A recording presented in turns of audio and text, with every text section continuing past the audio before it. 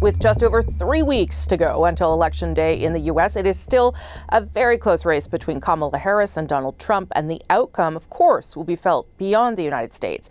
Ali Velshi has been looking at the campaign through a Canadian lens. The Canadian journalist and chief correspondent at MSNBC is also now, of course, an American citizen. But he says he only truly felt that way after he was shot with a rubber bullet while covering George Floyd's killing. All right, guys, I got hit. Yeah, I got hit. Hold on. That moment changed his outlook on democracy and his fight to preserve it. It's also what compelled his recent book, Small Acts of Courage. I asked Ali Velshi about the stakes of this election, why it matters for this country. Ali Velshi, nice to see you this morning. I appreciate you doing this. It is so good to be back with you, Rosie. Thank you so much. We'll talk about your book, but obviously, because I have you here, I do want to get your assessment about the state of the race. Like 3 weeks to go until Election Day. What are you watching for right now, Ali? Well, I don't really believe there are a lot of undecided people in this country. I think the issue now is that there are some unmotivated people and some really motivated people. So this becomes a get out the vote exercise, which is why you're seeing Kamala Harris in particular going into swing states, but into areas in those swing states in which she didn't win, counties she didn't win, but where eking out another 24 votes in, southeastern Georgia may make a difference. But I will say this, 23 days to go. At no point in this race in the 7 swing states has one of the 2 presidential candidates broken out of the margin of error. So before Joe Biden got out, he was trailing Donald Trump, but again, within the margin of error. Now, in almost every case, Kamala Harris is ahead of Donald Trump, but again, within the margin of error, which means everything is still in play. It is truly too early to tell how this is going to go. It's going to depend on who has got a better operation on the ground and who can not change people's minds at this point. It's too late to do that. It's who can motivate the voters to get out. It's not different than any election in Canada. It's not like a race in an election in Canada, but I've never seen an election in Canada this close. And I'm surprised that it remains this close. Are you that it's this tight, or is that sort of what you would have expected? Well, remember, as you get closer to Election Day, everybody comes back home, right? So the Republicans who said, I'm not voting for Trump, think about it a lot and decide actually they are going to vote for Trump. Same thing with Harris. There are some people who are dissatisfied with some things that are going on. They don't like certain policies of Kamala Harris, but in the end, they're not voting for Donald Trump. So you tend to find this happening closer to elections where things tighten up a little. There are some races, even Senate races in places like Wisconsin, where Tammy Baldwin was running many points ahead of her competitor, and now she's in something of a dead heat. That's a real issue. If the Democrats can't afford to lose any Senate seats, obviously, otherwise they lose control of the Senate. So what I'm surprised by is when Kamala Harris got into the race, that enthusiasm bump was through the roof. There were all sorts of Zoom calls about everybody for Harris. It has not translated into poll increases in a meaningful way. What it has translated into is her outstanding, amazing ability to raise money, which of course helps with offices and staff and advertising. She has succeeded on that front beyond all expectations. They got more money than they know what to do with on the Democratic side. Obviously, the results will be consequential. They're always consequential, but maybe more so this time. And I know you, as a Canadian, are watching it through that lens as well. I have my views on why it might be consequential for Canada, but tell me why you think it could really matter for this country too. Well, I think there are 2 main issues. The first one is the trade relationship. Trade has become so central to this conversation in the United States that there are calls for the eradication of the trade agreements between the United States and Mexico. Union workers are a little outdated, but they wear shirts to say get rid of NAFTA.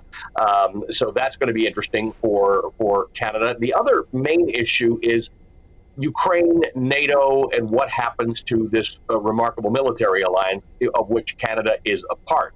Donald Trump has said quite clearly he's just not that interested in NATO. I'm not sure how that'll materialize, but European countries are certainly thinking about a world in which they move forward without the guarantees of Article 5 and NATO mutual defense protections. Interesting. How does Canada think about that? Because obviously we're America's neighbors. It's not going to America's not going to not launch a fighter jet if something comes in toward Canada. However, I think it's something to think about. What will Canada do when there are trade ripples and there are mutual defense ripples between Canada and the United States.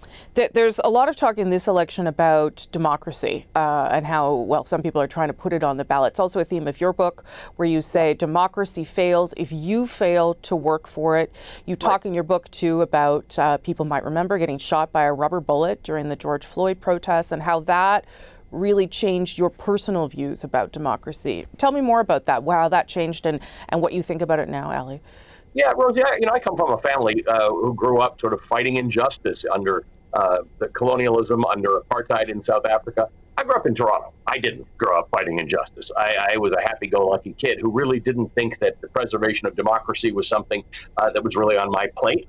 I enjoyed being a journalist. I enjoy being a journalist who bears witness for my viewers, who holds power to account like you do as a result of being able to bear witness. But I didn't really think about this as being a struggle for democracy. And what we're in here in the United States, to a lesser degree in Canada, but in India, in the United Kingdom, in France, in Austria, in Turkey, is a real fight to preserve our democracy. And what I've really realized is that we're all foot soldiers in this fight. This isn't, in the United States, a liberal conservative thing or a Democrat Republican thing. It's a do you believe in the fundamental underpinnings of democracy thing. 81 million people voted for Biden last time, 74 million for Donald Trump. 80 million people who could have voted didn't vote. And this is something across the free world that happens.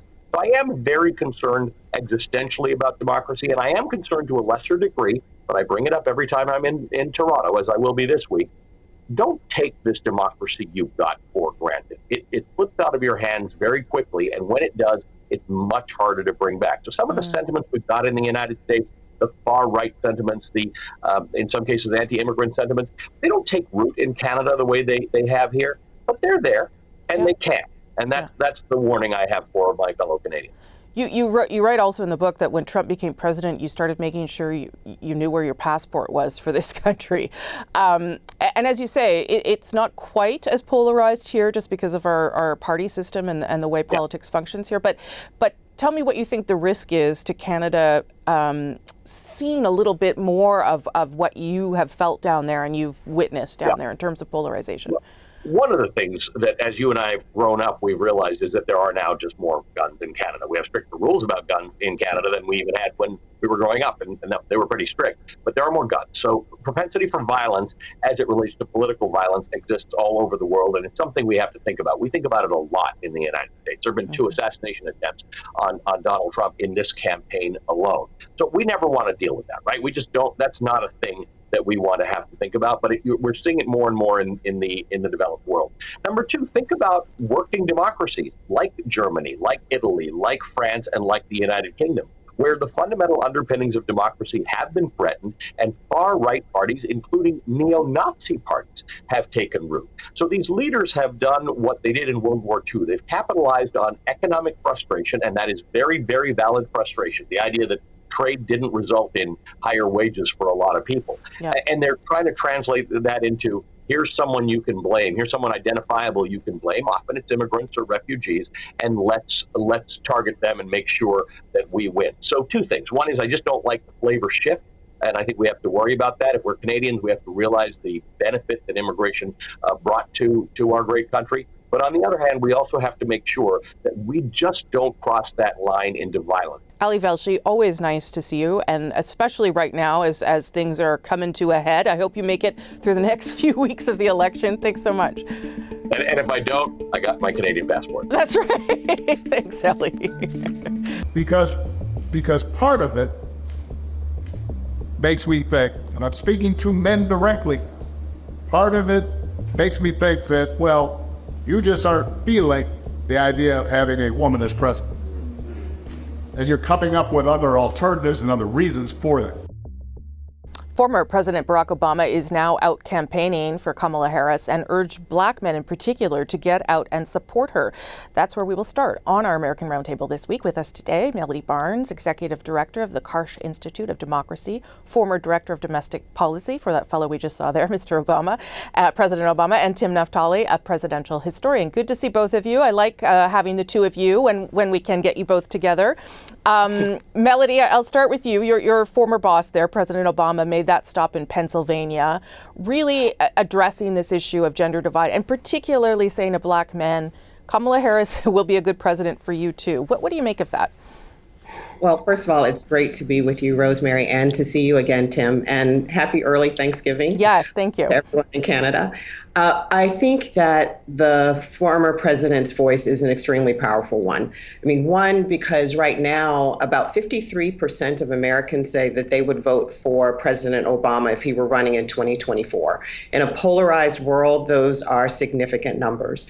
And I think his voice is particularly powerful right now on this issue because former President Trump has been chipping away at the advantage the Democrats have had with African Americans as well as with Latinos. And the point that clip, President Obama was making that clip is particularly important. One, people will see or imagine or believe that President Trump is a change agent when people want this to be a change election. Two, economic factors that are plaguing or that people feel sitting at their kitchen tables, inflation being one of them, are significant, particularly in the African American community, given the socioeconomic status of many in the community. And then finally, and this is the point that the president can speak so credibly to and speak, quite frankly, man to man to African American men, is this issue of masculinity. Not for all men, but for some, they see former President Trump as being very manly, his voice, his tone, the way he speaks, how he speaks to people. And the president is one that can speak to this community and call it out and say, let's talk about it and let's be real about what's actually happening. And Tim, that is kind of part of the issue here, is that Donald Trump campaign has been called male-dominated. He's having a town hall in Georgia with only female voters, so maybe that's where he's having issues. But what do you make of that sort of gender divide that we're seeing?